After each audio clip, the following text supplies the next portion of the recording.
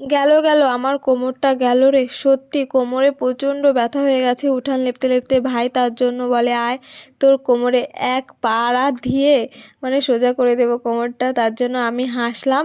আর সত্যি মানে উঠান লেপতে লেপতে কোমরটা প্রচণ্ড ব্যথা হয়ে গেছিলো। অনেক দিন ধরে উঠান লেপা হয় না, তো তার জন্য উঠানের অবস্থা খুবই খারাপ, একদম ফেটে আমাদের গেছে। উঠানের মাটিটা প্রচণ্ড খারাপ, বর্ষার দিন আসলে খুব কাদা হয় আর শীতের দিন আসলে এরকম ফেটে যায়।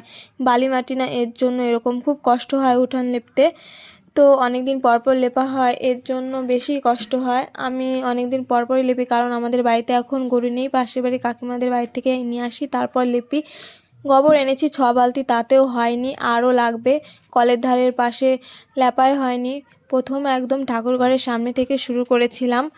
ভাই যদি হেল্প না করতো হতোই না আজকে লেপা। আমার একা সম্ভব ছিল না এত জল টেনে মানে লেপা।